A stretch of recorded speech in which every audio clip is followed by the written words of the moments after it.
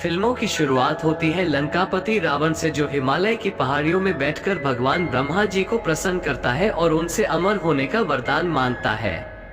जहां पर ब्रह्मा जी रावण से बोलते हैं कि मैं तुम्हें अमर होने का वरदान तो नहीं दे सकता, लेकिन इतना कह सकता हूँ कि तुम्हें ना कोई दिन में मार सकता है ना कोई रात में, तुम्हें ना कोई नर मार सकता है ना कोई नारी, ना तुम धरती के ऊपर मर सकते हो नहीं पाताल में। यहाँ आशीर्वाद रावण को देकर ब्रह्मा जी वहां से विलीन हो जाते हैं। इसके बाद हमें कई वर्षों बाद का सीन दिखाया जाता है, जहाँ पर वन में प्रभु श्री राम अपना ध्यान कर रहे होते हैं।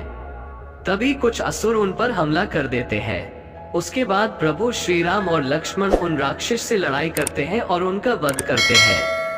फिर दूसरी तरफ हमें लंकापति रावण दिखाया जाता है, जो अपने महल में भगवान शंकर की पूजा कर रहा होता है। तभी वहां पर उसे एक नारी के रोने की आवाज सुनाई देती है, और जब उस नारी को देखता है तो वो और कोई नहीं बल्कि उसकी बहन शूर्पणखा होती है। उसके बाद रावण शूर्पणखा से पूछता है कि तुम क्यों रो रही हो और तुमने अपना मुंह को ढक रखा है। इस पर वो बोलती है कि जब मैं वन में ब्राह्मण कर रही थी तभी वहां पर मुझे पुरुष दिखाई दिया। उसके जैसा पुरुष मैंने आज तक नहीं देखा था, तो मैंने उससे शादी का प्रस्ताव रखा, लेकिन उसने कहा कि मैं शादीशुदा हूँ।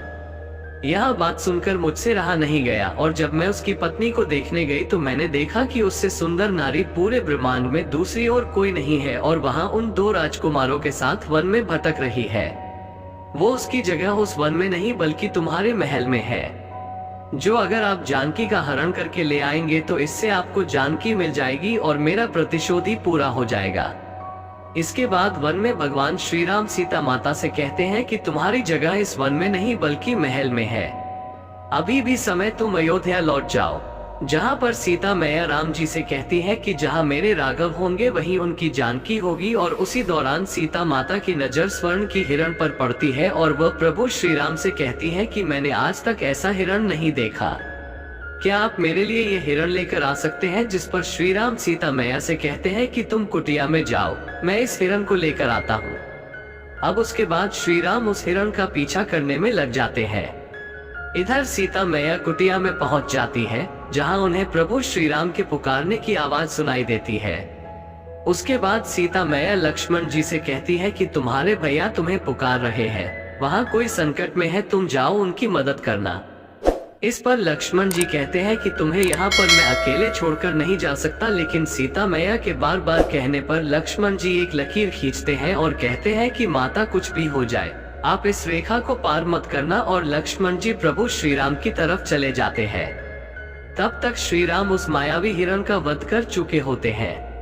लेकिन इधर रावण साधु के रूप में सीता मैया से भिक्षा लेने के लिए कुटिया में जाता है, लेकिन वहां उसे रेखा के चलते उस कुटिया में प्रवेश नहीं कर पाता। तब वहां सीता मैया को आवाज देता है, जहां पर सीता मैया भिक्षा लेकर आती है। लेकिन साधु के रूप में रावण कहता है कि यदि तुम्हें भिक्षा देनी है तो इस रेखा को पार करके आओ, वरना मैं जा रहा हूँ। साधु को जाते हुए देख सीता मैया उसको रोकती है और उस रेखा का उल्लंघन कर देती है और उसे भिक्षा देने के लिए बाहर आ जाती है, और जैसे ही सीता मैया उस रेखा का उल्लंघन करती है, रावण उनको बंदी बना लेता है और अपना मायावी रथ के साथ सीता माता को लेकर लंका की तरफ जाने लगता है। तभी भगवान गरुड़ उनका पीछा करते हैं और रावण से सीता माता को बचाने की कोशिश करते हैं, लेकिन यहाँ पर रावण भगवान गरुड़ के पंख काट देता है।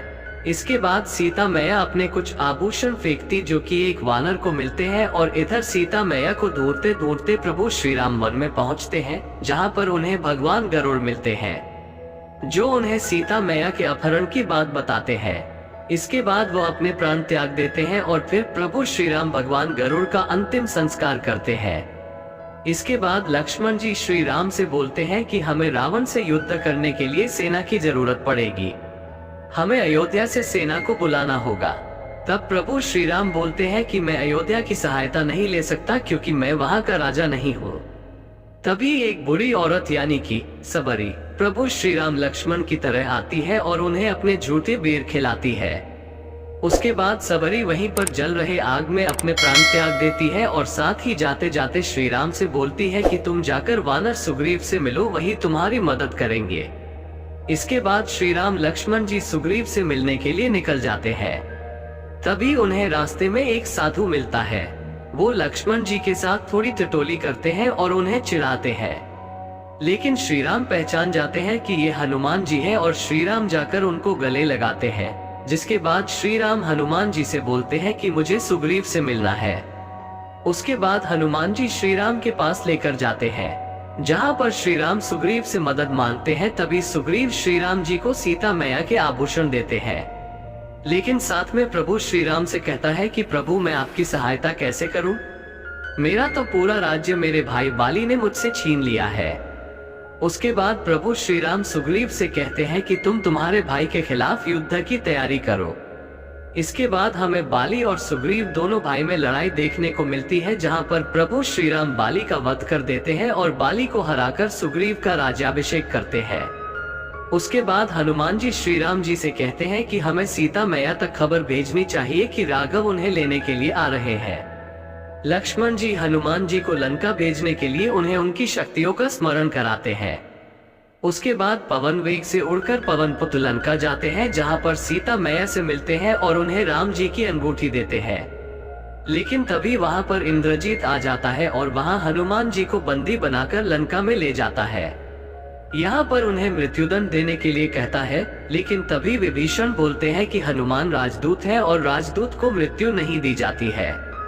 जिसके बाद रावण कहता है कि इसके पूंछ में आग लगा दी जाए, और जैसे ही इंद्रजीत हनुमान जी की पूंछ में आग लगाता है, हनुमान जी पूरी लंका का सत्यानाश कर देते हैं। वो पूरी लंका को जला डालते हैं। जिसके बाद जाते वक्त हनुमान जी फिर से सीता मैया से मिलने आते हैं और कहते हैं कि भैया आप तो अभी मेरे साथ चलो। जिस पर सीता मैया कहती हैं कि राघव ने मुझे पाने के लिए शिव धनुष तोड़ा था और इस बार उन्हें रावण का घमंड तोड़ना होगा, और सीता मैया हनुमान जी को अपना कंगन लेकर वापस भेज देती है। हनुमान जी कंगन लेकर श्री राम जी के पास जाते हैं और उन्हें कंगन देते हैं। इधर प्रभु श्री राम समुद्र भगवान से प्रार्थना करते हैं कि समुद्र भगवान मुझे लंका जाने के लिए रास्ता दे, लेकिन श्री राम की प्रार्थना के बाद भी समुद्र भगवान रास्ता नहीं देते हैं। उसके बाद गुस्से में प्रभु श्री राम ब्रह्मास्त्र का उपयोग करके समुद्र को सुखाने की धमकी देते हैं। तब समुद्र भगवान प्रकट होते हैं और कहते हैं कि तुम अपनी वानर सेना से कहो कि जो तुम्हारे नाम के पत्थर समुद्र में फेंके, मैं उनको नहीं डूबने दूंगा। इसके बाद प्रभु श्री राम की सारी सेना राम सेतु बनाने में लग जाती है। इधर रावण सीता मैया के पास आता है और उनसे शादी करने के लिए कहता है, लेकिन सीता मैया मुझे रावण को डराकर भगा देती है। और तभी हम देखते हैं विभीषण प्रभु श्री राम की शरण में आता है और उनसे प्रार्थना करता है कि प्रभु आप मुझसे वादा करो कि आप इस युद्ध में लंका का किसी भी निर्दोष व्यक्ति के प्राण नहीं लोगे। साथ ही विभीषण श्री राम के तरफ से इस युद्ध में भाग लेने की बात भी करता है। जिसके बाद रावण को आखिरी बार समझाने के लिए अगस्त जी जाते हैं, लेकिन रावण को कोई बात समझ में नहीं आती। इसके बाद युद्ध शुरू होता है, जहां पर इंद्रजीत लक्ष्मण जी को शक्तिमान लगा देता है, जिससे लक्ष्मण जी की काफी हालत खराब होने लगती है। सभी लक्ष्मण जी को बचाने के उपाय के बारे में बातें करने लगते हैं। तभी विभीषण जी श्री राम से बोलता है कि द्रोणागिरी पर्वत पर एक संजीवनी बूटी है, सूर्योदय से पहले जाकर उसको लेकर आना होगा, तभी लक्ष्मण जी के प्राण बच सकते हैं। एक बार फिर से सभी की नजर हनुमान जी की तरफ होती है। हनुमान जी उड़कर द्रोणागिरी पर्वत जाते हैं, लेकिन वहां पर वो संजीवनी को पहचान नहीं पाते, इसीलिए पूरा पर्वत उठा कर लिया है। सूर्योदय से पहले लक्ष्मण जी को संजीवनी बूटी पिला दी जाती है, लक्ष्मण जी के प्राण बच जाते हैं। इसके बाद प्रभु श्री राम और सभी सेनापति एक साथ मिलकर अगले दिन युद्ध की रणनीति बना रहे होते हैं। तभी विभीषण बोलता है कि रावण पहले युद्ध में नहीं आएगा, वो पहले इंद्रजीत और कुंभकर्ण को भेजेगा, इसलिए हमें विधि की तैयारी करनी चाहिए। जिसके बाद लक्ष्मण जी पाताल लोक में जाकर इंद्रजीत से युद्ध करते हैं, वहां पर उसका वध कर देते हैं, और जब कुंभकर्ण युद्ध के लिए आता है तो प्रभु श्री राम उसका वध कर देते हैं। इधर रावण शिव जी की पूजा करने के बाद युद्ध के मैदान में उतरता है, जहां पर वो आते ही प्रभु श्री राम की सेना पर काफी ज्यादा हावी हो जाता है और एक एक करके सभी सैनिकों को मारने लगता है। तभी श्री राम उसकी गर्दन पर धनुष चलाते हैं, लेकिन रावण तब भी नहीं मरता। हम उसके बाद श्री राम को रावण को दिया हुआ वरदान याद आता है, जिसके बाद वो हनुमान जी के ऊपर बैठकर आकाश में जाते हैं और वहां से रावण की नाभि पर अटैक करते हैं, जिससे रावण की वहीं पर मौत हो जाती है। उसके बाद प्रभु श्री राम लंका में जाते हैं और वहां से जानकी माता को अपने साथ लेकर आ जाते हैं और इसी के साथ इस मूवी की एंडिंग हो जाती है। तो दोस्तों, रही थी आदि पुरुष मूवी की पूरी स्टोरी, जो कि हम ना आपके साथ एक्सप्लेन की। दोस्तों, आपको इस मूवी में कुछ नया देखने को नहीं मिलेगा, क्योंकि प्रभु श्री राम की कहानी हर जगह आपको एक जैसी मिलेगी। हाँ, लेकिन इसमें कुछ अलग तरीके से दिखाया गया है, तो आपको स्टोरी में कुछ नया नहीं मिलेगा, लेकिन मूवी में जरूर कुछ नया देखने को मिलेगा। तो फिलहाल तो दोस्तों को इस मूवी को मैं आपके साथ एक्सप्लेन कर चुका हूँ। जो अगर आपको वीडियो पसंद आई तो वीडियो को लाइक करना ना भूले और साथ ही चैनल को सब्सक्राइब करना भी ना भूले। मिलते हैं अगले वीडियो में अगली किसी मूवी के एक्सप्लेनेशन के साथ। तब तक के लिए goodbye and take care.